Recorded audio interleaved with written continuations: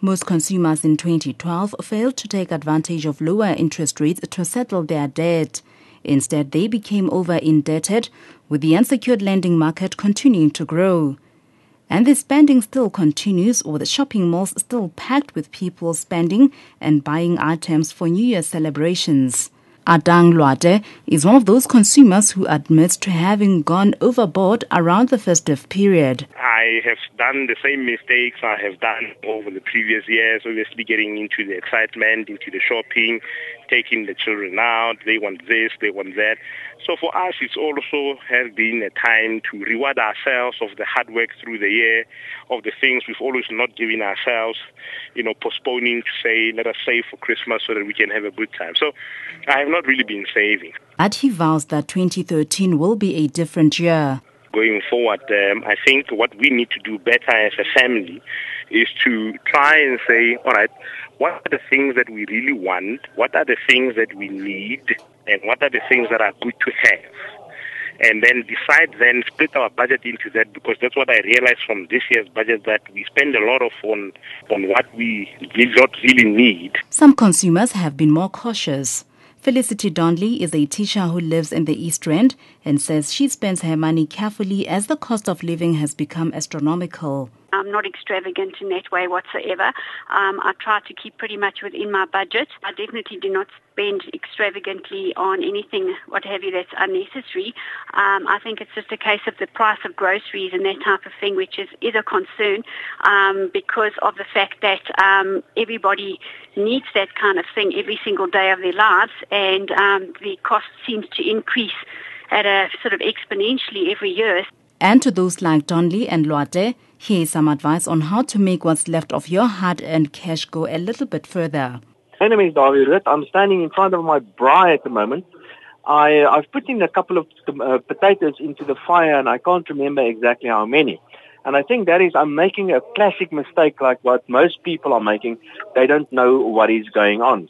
So some advice from my side about your finances, find out exactly what is going on. That means that you have to have a proper budget, you have to have a proper financial plan for 2013, because 2013 is not going to be easy. Hi, this is Chris Hart. I'm the Chief Strategist at Investment Solutions. 2012 was, you could say, a year of the policymakers with all sorts of big words like quantitative easing and zero interest rates and that kind of thing. And we're going to start off the year with almost a focus on the outside of the world, with the United States with their fiscal cliff, as we leave 2012, which was a focus inside South Africa after the Mangung conference. So again, we're going to see a shift between looking in and looking out. And I think that's going to be a continual theme as people are concerned that we know that there are troubles in the economy, but there's also opportunities.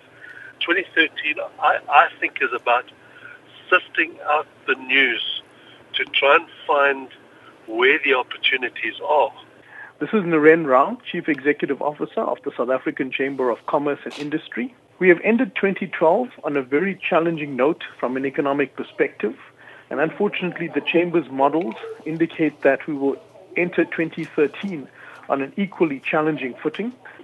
So we hope that consumers have not been lavish in their spending and have continued to exercise prudence and will continue to do so for the first few months of 2013 until we start to see, hopefully, by mid to late 2013, a change in our economic fortunes.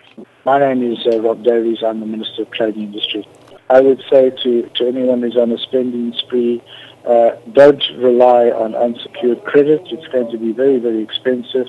Do think a little carefully before you make purchases that you don't have the means to support. But meantime, enjoy your holidays.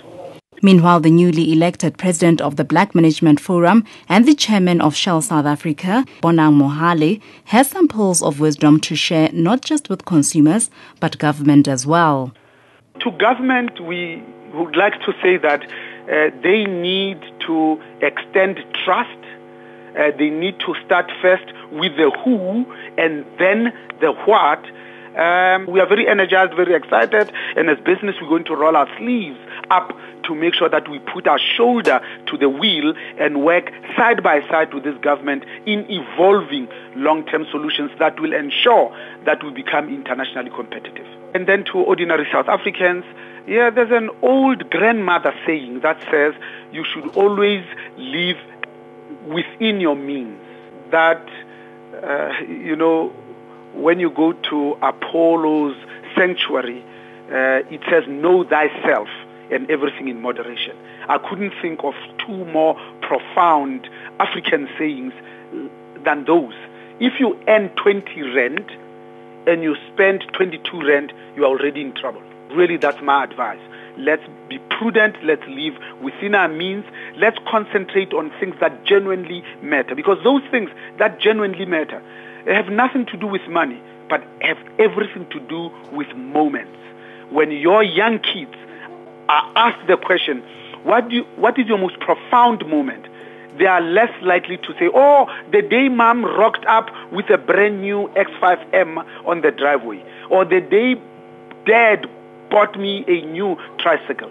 They are likely to say, the day you watched me play my first match, the day you were present when I did my first play. Mohale maintains that business will continue to engage government in the new year to ensure that they work towards a common goal, and that is reducing unemployment in the country and creating sustainable jobs. Morafe Tabane, SABC News, Johannesburg.